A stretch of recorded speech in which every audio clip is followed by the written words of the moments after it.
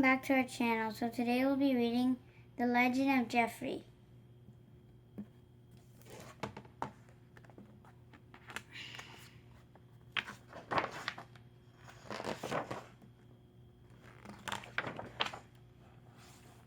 Geoffrey was a very busy giraffe. There were tasty leaves to munch, colorful friends to meet, and super fun games to play all day long. Every night Geoffrey was enchanted by a zillion dazzling stars in the sky. One warm night, Geoffrey decided he wanted to touch a star. He climbed the highest hill he could find and stretched until the tip of his nose touched the lowest star. And when it did, the whole night sky came to life. Geoffrey watched the stars twinkle until he could not keep his eyes open any longer. Under these stars, surrounded by the things he loved, Geoffrey was home. The next morning when he woke up, Geoffrey felt different inside, a little more special than usual, and he looked different too. His brown spots had turned into sparkling stars. If that wasn't strange enough, there was also a little monkey trying hard to get his attention. "I'm Mahi," announced the friendly monkey. "Cool stars, do you want to play?" she asked. Of course Geoffrey wanted to play. He watched Mahi swing from branch to branch, and then he gave it a try. But giraffes were not meant to swing from tree branches, so he made up a different game. Geoffrey was pretty good at this one.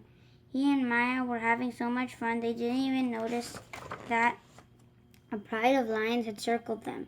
"Hello, dessert," said the largest lion, licking his chops.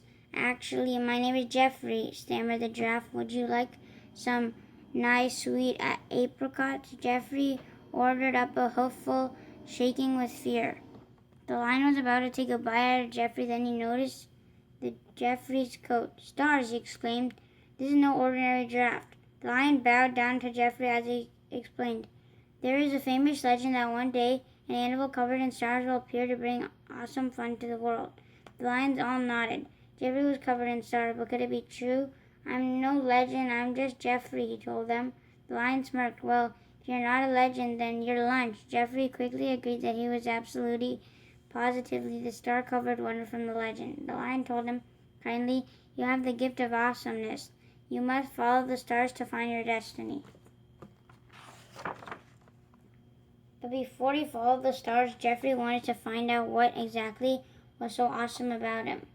He challenged Charlie the cheetah to a race. He lost. He did not have awesome running powers. He challenged Finnegan the flamingo to a standing on one leg contest. He lost again. He did not have special balancing powers. He thought maybe, just maybe, he could fly. Nope, no flying powers. "Maybe you just need to follow the stars and figure out your awesomeness along the way," suggested Mahi. "The only stars I can see are over there," Geoffrey pointed out to the distance. Geoffrey and Mahi made their way across the dry golden grass, and wherever they went the grass turned lush and green as if by magic. When they got closer, they realized that the stars were actually twinkling lights strung on a big, beautiful ship. "This looks like the next step on your journey," said Mahi, as the two friends hugged goodbye. Geoffrey boarded the ship, excited to see where the stars would lead him. After many days and nights sailing across the sea, the ship docked in New York City. Geoffrey got a bite to eat and took a good look around at the buildings and strange little creatures. He started to feel lost and far from home.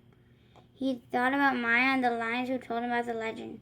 The legend said he should follow the stars, but which stars?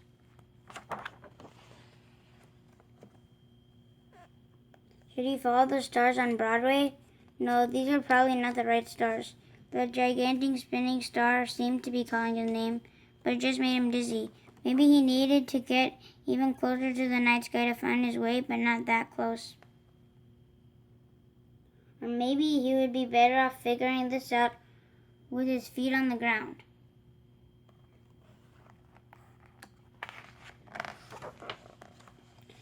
He was trying to decide which way he should go when he spied a monkey on the street who reminded him of Mahi. Geoffrey lifted the worn little stuffed animal. As he did, the monkey magically came to life. "Who are you?" demanded the scrappy stuffed animal. "Where is Lulu?" That way." Geoffrey pointed as a pedicab up ahead, where they could see just the red pom-pom on a little girl's pink hat. He and the monkey jumped in the taxi and pointed the way, but there were so many cars that soon they could not see the red pom-pom or any sign of Lulu at all. So they hopped out and sat down on the sidewalk. "Thank you," said the monkey. "My name is Patches, by the way." "I'm Geoffrey," he replied, taking the monkey's paw in his hoof. "How did you do that magic thing?" Patches wanted to know. "Magic thing?" asked Geoffrey. "You know, I could never talk or do anything else until you pick me up. Seriously, if you don't believe me, let's see how your magic works on them," Patches suggested, pointing at the store window filled with stuffed animals.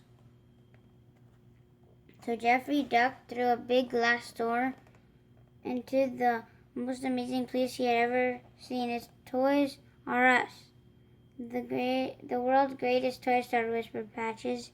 There were toy trucks and trains, robots and rockets, tents and playhouses, and best of all, there were zebras and elephants and all other animals he grew up with. Patches said, "Okay, Geoffrey, now try your magic." Geoffrey's eyes lit up.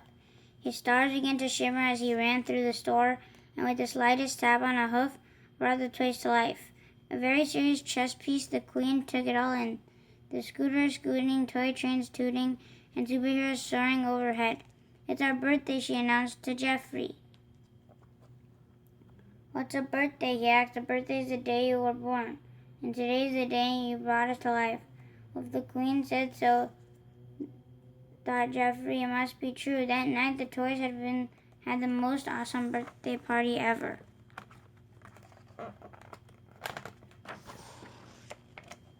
Early the next day, a parade of excited little children began to fly into Toys R Us. "Happy birthday," said one sweet grandma to her young grandson. "Now let's see what awesome toy we can find for you."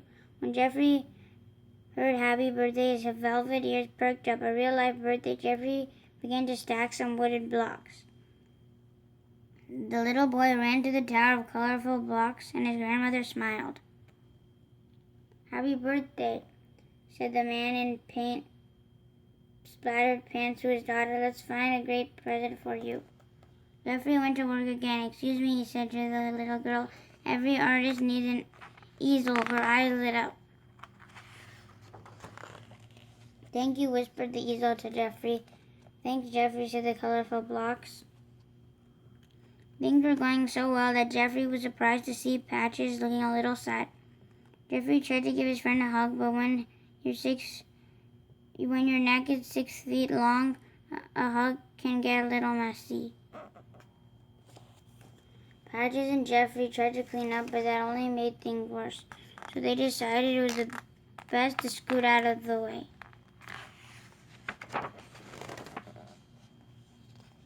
Patches smiled at Geoffrey. "You're a really good friend, but I miss being home with Lulu." A shiny red fire truck pipped in. "I would love to find a home." "We would all love to find homes and kids to be friends with," added a funny little robot. "Well, then I will find a home for each of you," Geoffrey promised. The stars began to glow, and the toys hummed with excitement.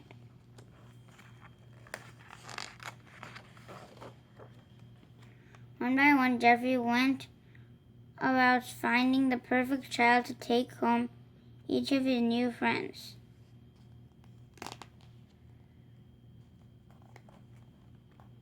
Geoffrey and Patches looked around, all of the happy children heading out of the store with their new toys, when suddenly they spotted Lulu.